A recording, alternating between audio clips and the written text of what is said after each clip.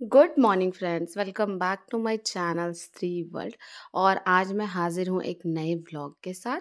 आज मेरे दिन की शुरुआत हुई थी सुबह 4 बजे और सुबह उठने के बाद मैंने थोड़ा सा अपना बेड अरेंज कर लिया है और अब लग जाऊँगी पढ़ाई में।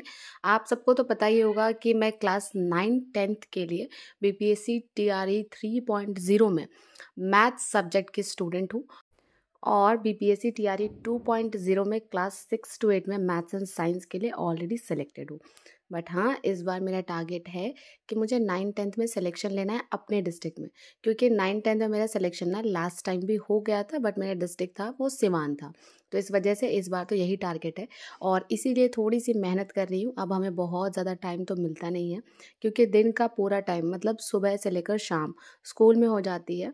तो मॉर्निंग में मुझे उठकर 1-2 घंटे अपने लिए निकालने होते हैं और रात में ज़बरदस्ती मतलब पढ़ने का मन तो बिल्कुल भी नहीं करता है लेकिन ज़बरदस्ती पढ़ना पड़ता है। और अगर आपने मेरी जर्नी पूरी देखी होगी तो आपने कहीं न कहीं ये रियलाइज़ किया होगा कि सक्सेसफुल होने के लिए बहुत ज़्यादा संघर्ष करना पड़ता है। जब हम अपने प्रिपरेशन स्टेज में होते हैं तो हमारे लिए ये मैटर नहीं करता है कि आज हमारा मन कर रहा है पढ़ने का या नहीं, आज मूड ऑफ है या फिर आज कोई फंक्शन है घर में तो नहीं पढ़ते हैं। मतलब इन सब चीज़ों को ना आपको कहीं न कहीं साइड रखना पड़ेगा और उसी में टाइम निकालना पड़ेगा पढ़ने के लिए। और प्रिपरेशन स्टेज में ना ये सबसे टफ़ काम होता है, क्योंकि कभी-कभी ऐसा होता है कि हम अच्छा फ़ील नहीं कर रहे होते हैं due to some reason, but उस टाइम भी आपको खुद को ये बोलना पड़ता है कि ये इमोशंस और फीलिंग्स आती जाती रहेंगी, कभी खुश रहोगे, कभी दुखी रहोगे, इसका मतलब ये नहीं है कि पढ़ना नहीं है। मैं तो ऐसा ही करती थी कि जब मैं सैड होती थी, तो भी मैं अपने मन में एक बात रखती थी कि पढ़ना तो पड़ेगा, तुम सैड रहो या फिर तुम खुश रहो या फिर कोई बहुत बड़ा फंक्शन ही क्यों ना घर में हो, आपको पढ़ाई करनी पड़ेगी। दैट मीन्स कि पढ़ाई को आपको एक हैबिट की तरह बनाना पड़ेगा। जैसे हम हर दिन सुबह उठते हैं, ब्रश करते हैं, खाना खाते हैं, ये मैटर नहीं करता कि हमारे लाइफ में क्या चीज़ें चल रही हैं। जो इम्पोर्टेंट काम है डेली हर दिन के, वो तो हम करते ही हैं। उसी तरह से पढ़ाई को भी करना होगा। हमारी आदत होती है बहुत बार कि हमारा थोड़ा-सा तबीयत ख़राब होता है, तो हम सोचते हैं कि छोड़ो आज पढ़ाई नहीं करते। सबसे पहले हम किस चीज़ को इग्नोर करते हैं? सबसे पहले हम पढ़ाई को इग्नोर करते हैं। लेकिन अब आपको इसका रिवर्स करना है, क्योंकि अगर आपकी हैबिट ऐसी ही रहेगी तो फिर आपका सिलेक्शन कभी नहीं होगा।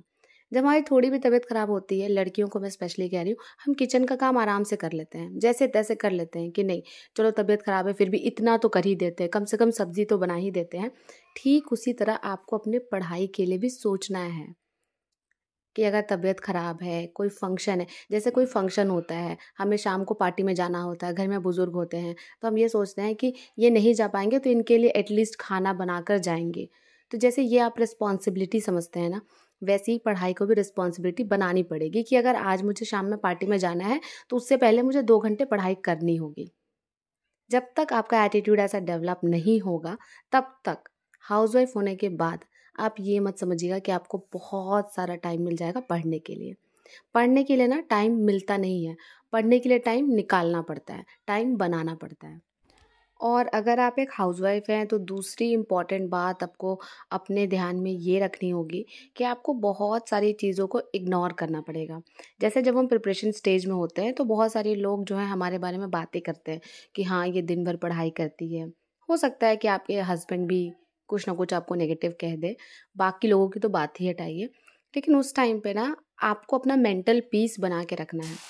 आपको खुद से ये कहना है कि कोई बात नहीं, ये आज की सिचुएशन है, इस सिचुएशन को 1 साल के बाद, 2 साल के बाद मैं रिवर्स कर दूँगी।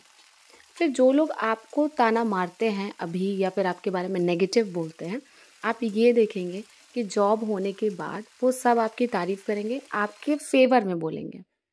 तो ये चीज़ें होती हैं कि जब हम किसी पाथ पे चलना शुरू करते हैं, हम ना अगर दुनिया से, समाज से हट के कोई काम करना चाहते हैं, तो वो समाज को पसंद नहीं आता है। ये ऑब्वियस बात है। आप ना इसको पहले से सोच कर रखिए कि अगर मैं तैयारी करूँगी तो मुझे लोग कहेंगे ही, क्योंकि ये ह्यूमन नेचर है और इसको आप चेंज नहीं कर सकते हैं।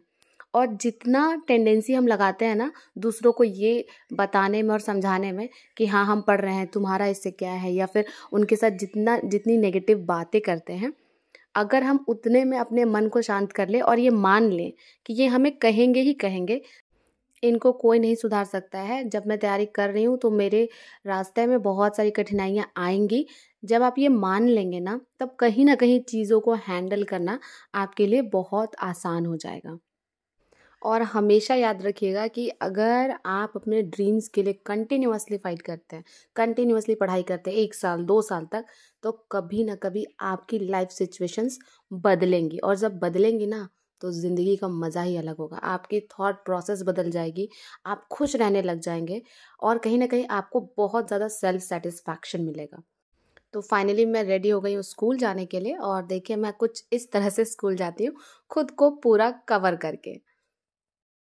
टोटल कितने भाग हैं? 4। हाँ, यहाँ देखो, यहाँ टोटल कितने भाग हैं बच्चों? 3। कितने भाग लगे हुए हैं? 1। यहाँ क्या लिखेंगे? 1। यहाँ टोटल कितने भाग हैं बच्चों? 3। कितने भाग लगे हुए हैं? 2। यहाँ क्या लिखेंगे? 2। अब यहाँ बताइए, यहाँ टोटल कितने भाग हैं? 8। गिनिए पहले। 1 2 3 4 5 6 7 8। टोटल कितने भाग हैं? 8। और कितने भाग लगे हुए हैं? 3। 1 2 3। तो 3 कहाँ लिखेंगे? सबको समझ में आया? यहाँ पे बोर्ड में क्वेश्चन दूँ आपका, और मुझे जो बोलेंगे बताते जाना है। नहीं। सूर्य के निकटतम ग्रह कौन सा ग्रह है? सबसे छोटा ग्रह? लाल ग्रह? नीला ग्रह? मैं आपको बता रही हूँ, स्कूल में मैं कुछ ज़्यादा ही क्लास लेती हूँ और बच्चे ना बहुत ज़्यादा मेरे से कनेक्टेड फील करते हैं। और मैं एक चीज़ कोशिश करती हूँ कि इनको जो पढ़ाऊँ, इनको कभी भी ज़िंदगी में ये उस चीज़ को भूले ना, इनके अंदर परमानेंट हो जाए। और इसके बाद हो गया था स्कूल में लंच। यहाँ पर बच्चियाँ कुछ खेल रही थी, तो मैंने इनका थोड़ा सा वीडियो शूट कर लिया है और अब मैं आ गई हूँ घर। और जब मैं स्कूल में पढ़ाती हूँ ना, तो उसके बाद बहुत ज़्यादा एग्जॉस्ट हो जाती हूँ और आज मैं कुछ ज़्यादा ही थक गई थी और आपको मेरे चेहरे से मेरी थकान दिख रही होगी। थकान होने की दूसरी वजह ये भी होती है कि मैं हर दिन लगभग 55 से 56 किलोमीटर स्कूटी चलाती हूँ, तो इस वजह से ना मैं बहुत ज़्यादा थक जाती हूँ। हे फ्रेंड्स, तो फाइनली मैं स्कूल से वापस आ गई हूँ और आज मैं बहुत ज़्यादा थकी हूँ स्कूल में, मतलब बहुत ही ज़्यादा। और अभी ना मुझे बहुत एग्जॉस्टेड फील हो रहा है, तो पढ़ाई करने का तो बिल्कुल भी मन नहीं है। हाँ, चाय पीने का बहुत मन कर रहा है। आपको मैं मतलब मेरी शक्ल देखकर ऐसा फील हो रहा होगा कि मैं बहुत ज़्यादा थक चुकी हूँ। तो अभी तो फिलहाल मैं चाय पीऊँगी और उसके बाद मैं थोड़ा रेस्ट करूँगी। ज़्यादा रेस्ट तो कर नहीं पाऊँगी क्योंकि मेरे जो देवर जी हैं उनका आज बर्थडे है, तो ज़्यादा से ज़्यादा मैं आधे घंटे तक का ही रेस्ट कर पाऊँगी। उसके बाद मुझे बर्थडे का भी जो भी है थोड़ा बहुत करना पड़ेगा, अरेंजमेंट लाइक कुछ खाना बनाना पड़ेगा, थोड़ा सा मतलब थोड़ी सी डेकोरेशन करनी पड़ेगी। सो हाँ, इसीलिए अभी आज के सेकंड हाफ में तो पढ़ाई नहीं हो पाएगी।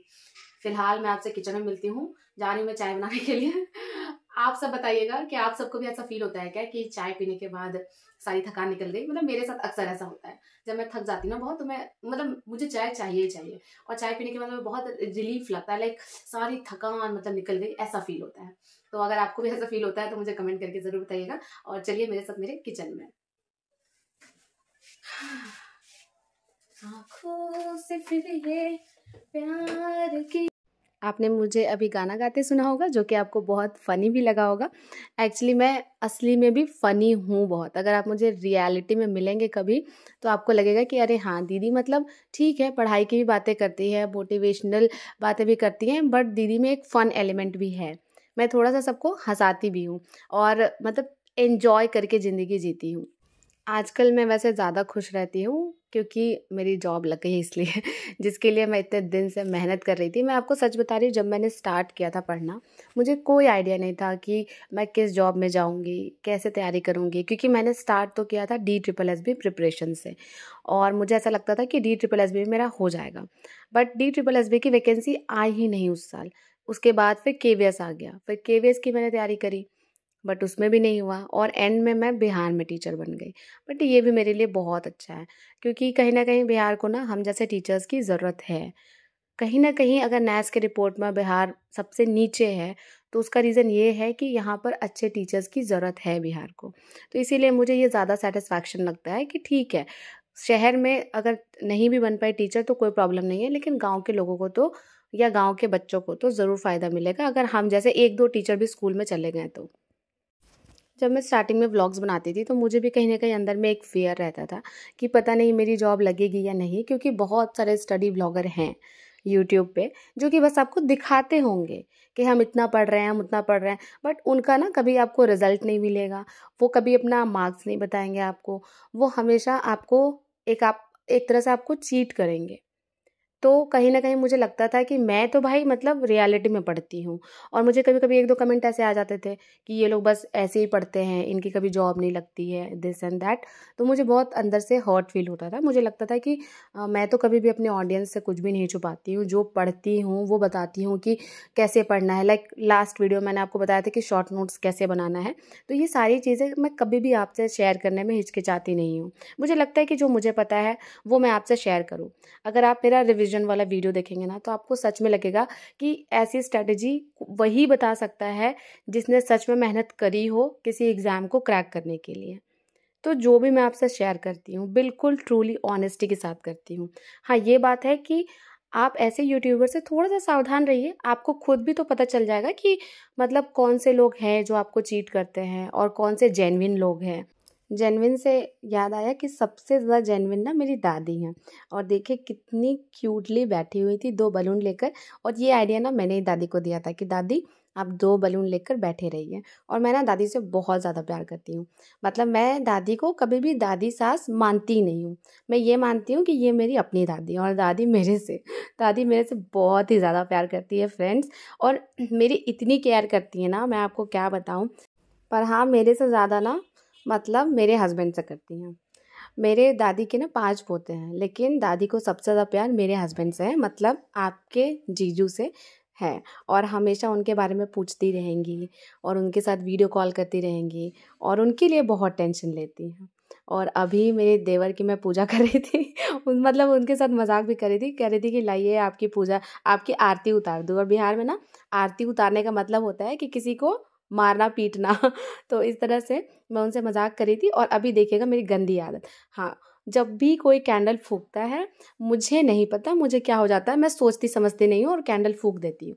और ये ना मेरी बहुत गंदी आदत है, और ये मेरे से ऑटोमेटिक हो जाता है, मुझे नहीं पता कैसे।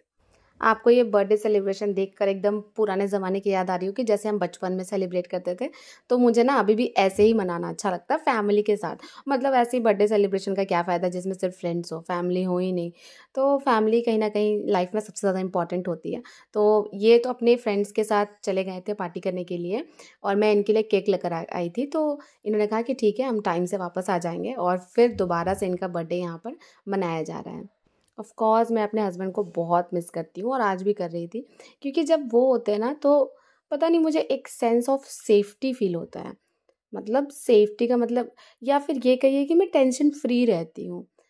उनका प्रेज़ेंस मुझे बहुत स्पेशल फ़ील करवाता है, और आई होप कि टीआरई 3 में हम दोनों एक साथ हो जाएँ सेम डिस्ट्रिक्ट में। और यहाँ पर देखिए इन लोगों का मज़ाक मस्ती चल रहा था, और इन्होंने ना इनको पूरा क्रीम से भर दिया है, और अभी ये चश्मा लगाने के बाद थम्स अप भी करेंगे। मुझे नहीं पता चल रहा था कि ये इतने खुश क्यों थे थम्स अप करने के टाइम पे। और इसके बाद मैं केक और आइसक्रीम और मिठाई वगैरह सबको देने में लग गई थी। यहाँ पर आप जितने लोग देख रहे हैं सब मेरे देवर लगते हैं रिलेशन में। और ये देखिए एक जो थे ना, ये मेरे कान में बार बार बलून फोड़ रहे थे। मुझे बलून फूटने की आवाज़ से बहुत ज़्यादा इरिटेशन होती है, पता नहीं क्यों। बट अब ये लोग हैं तो ये लोग तो मजाक मस्ती करेंगे ही। इतने में ही मेरे हस्बैंड ने ना वीडियो कॉल कर दिया था, और वीडियो कॉल करने के बाद मैं उनसे बातें करने लग गई थी। मम्मी ने मुझे दिया, और देखिए मेरा मुंह बन गया था। मुझे लग रहा था कि काश ये यहाँ पे होते, मतलब। और फिर हम लोग वीडियो कॉल में बातें करने लग गए, और मेरे देवर इनको वीडियो कॉल में केक खिला रहे थे। और मैं आपको बात बताऊं, एक इनकी ना सैलरी आ गई है। सैलरी से रिलेटेड मैं एक वीडियो बनाऊंगी तब जब मेरी सैलरी आएगी। मतलब मेरी सैलरी अभी तक नहीं आई है, और मैं खुद ना कल से, मतलब जब से इनकी सैलरी आई है उसके बाद से मैं कम से कम तो हर दिन 10-20 बार मैसेज चेक करती हूँ कि कब वो टन से मैसेज आएगा सैलरी वाला। अब देखिए कब आता है। जब भी सैलरी आएगी मैं आपसे ज़रूर शेयर करूँगी फ्रेंड्स कि कितना आया है और कितना मिलता है हम सबको। खैर आज की वीडियो को मैं यहीं पर ख़त्म करती हूँ। अगर आप मेरे चैनल पर नए हैं तो चैनल को सब्सक्राइब कर दीजिए, और जो पुराने हैं वो तो लाइक एंड शेयर करते ही होंगे। मिलते हैं नेक्स्ट व्लॉग में। Bye bye and take care.